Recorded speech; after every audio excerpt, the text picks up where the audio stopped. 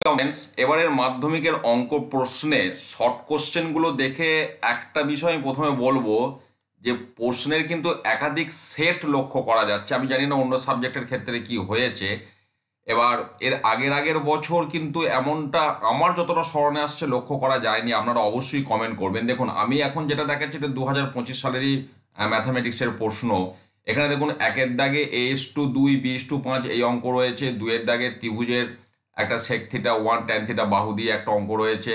তিনের দাগে রাশিবিজ্ঞান, চারের দাগে সুদ কষা, পাঁচের দাগে জ্যামিতি, ছয়ের দাগে চোং পরিমিতি রয়েছে। দুইয়ের দাগে শূন্যস্থান পূরণগুলো আপনারা দেখে রাখুন কি অর্ডারে রয়েছে। এবার আমি একটি অন্য প্রশ্নের সেট দেখাচ্ছি। এখন এই প্রশ্নের সেটটা দেখুন, এটাও 2025 সালের ম্যাথামেটিক্স, কিন্তু এর সিকোয়েন্স দেখুন। একের দাগের প্রথমে রাশিবিজ্ঞান রয়েছে, তারপর দুইয়ের দাগেই চোং রয়েছে, যেখানে চোঙের অঙ্কটা এর আগের সেটে একদম শেষে ছিল। তারপর তিনের দাগের ত্রিভুজের অঙ্কটা রয়েছে, চারের দাগের জ্যামিতি, পাঁচের দাগের দেখুন এই প্রশ্নটা এর আগের সেটে একদম প্রথম ছিল এই এই অঙ্কটা। তো এই যে সিকোয়েন্স, তারপর দুইয়ের দাগের যদি প্রশ্নগুলো দেখেন, প্রশ্ন একই আছে কিন্তু সিকোয়েন্স চেঞ্জ করা আছে। আমার মনে হয় জেলা ভিত্তিক এরকম কিছু হয়তো করা হয়েছে, যাতে করে প্রশ্ন আউট হলে অন্য জেলায় গেলে হয়তো যাতে উত্তরে গণ্ডগোল লাগে, বা এই বিষয়টি আপনাদের নজরে এসে থাকলেও আপনারা অবশ্যই জানাবেন। এবার আমি দুটি প্রশ্ন নিয়ে মূলত ডিসকাস করব। যেমন এই যে তিনের দাগের যে সত্য মিথ্যা, এই সেটটাতে যে 1 নম্বরের প্রশ্নটা রয়েছে, সংখ্যাগুরু মান সমান 2 × মধ্যমা মাইনাস 3 × যৌগিক গড়।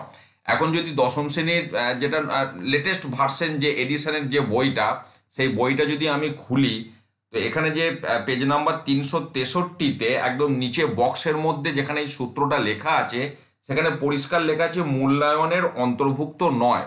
অর্থাৎ রাশিবিজ্ঞানে সংখ্যাগুরু, মধ্যমা, যৌগিক গড় সবই ওদের থাকলেও এই সূত্রের কিন্তু প্রয়োগ নেই এবং এটি মূল্যায়নের অন্তর্ভুক্ত নয়, সেটাও পরিষ্কার লেখা আছে। তা সত্ত্বেও কিন্তু এই প্রশ্নটা দেওয়া হয়েছে। পাশাপাশি যদি আমি পাঁচের দাগের পাটিগণিতের অঙ্কটা দেখি, এখানে যে পাঁচের দাগের যে দুইয়ের অঙ্কটা আমি বলতে চাইছি, দুইয়ের অঙ্কটা সোজা, অঙ্কটা শক্ত কিছু নয়, কিন্তু এখানে যেটা নিয়ে আমার বলার বিষয়, দ্বিতীয় অংশের 5 বছরের সমূল চক্রবৃদ্ধি যে জায়গাটা রয়েছে। এখন অঙ্কের যে লেটেস্ট এডিশনের বইটা যদি আমরা চক্রবৃদ্ধির জায়গাটা যাই, পেজ নাম্বার 106, সেখানে বক্সের মধ্যে নীলকালিতে পরিষ্কার উল্লেখ করা আছে যে এখানে উল্লেখযোগ্য যে চক্রবৃদ্ধি সুদ সংক্রান্ত বর্তমান পাঠ্যসূচির আলোচনা সর্বসাকুল্যে কেবলমাত্র চক্রবৃদ্ধি সুদের 3টি পর্বের মধ্যে এবং মোট জমার 3 বছরের মধ্যে সীমাবদ্ধ থাকবে।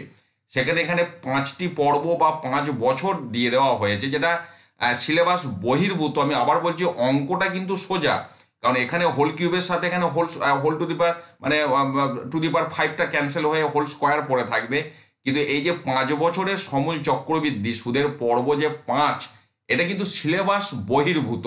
এবার আমি জানি না মধ্যশিক্ষা পর্ষদ থেকে খাতা দেখার কি নির্দেশ দেবে বা এই অঙ্ক দুটির ক্ষেত্রে কি করতে বলবে, সেটা আমার জানা নেই। তবে আমি ছাত্রছাত্রীদের বলবো, তোমরা এই বিষয় নিয়ে এখন একদম মাথা ঘামাবে না। তোমরা বাকি পরীক্ষা নিশ্চিন্তে দাও।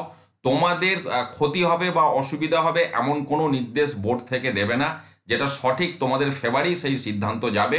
কাজে তোমাদের টেনশন করার কোনো কারণ নেই। আমি এই বিষয়টি শিক্ষক শিক্ষিকাদের জন্য এই বিষয়টি অবতারণা করলাম। আপনারাও প্রশ্ন দেখেছেন, অবশ্যই এই বিষয়টি কমেন্ট করে জানাবেন, তাহলে টোটাল ব্যাপারটা সকলের কাছে পরিষ্কার হবে। ভালো থাকুন, সুস্থ থাকুন, ধন্যবাদ।